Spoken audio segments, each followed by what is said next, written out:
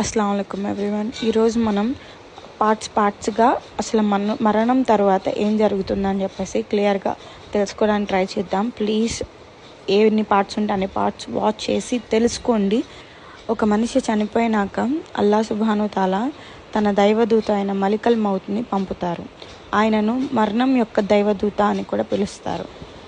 మానవుని నుండి ఆత్మను తిరిగి పొందేందుకు అల్లా సుబ్హాను తాలా మీ ఆత్మను తీసుకోమని మలికల్ మౌత్ని ఆదేశించిన తర్వాత మీరు దునియా అనగా ప్రపంచంలో చనిపోయినట్లు ప్రకటించబడతారు. అల్లా ఆత్మను వారి మరణ సమయంలో తీసుకుంటారు. 39:42 ఖురాన్లోనిది రిఫరెన్స్.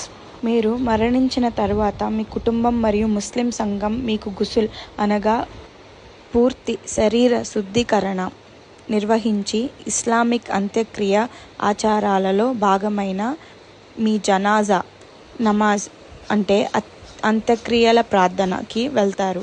ఇది మరియు అనేక ప్రార్థనల తర్వాత మీ శరీర 6 అడుగుల భూగర్భంలో ఒంటరిగా ఖననం అయి ఉంటుంది.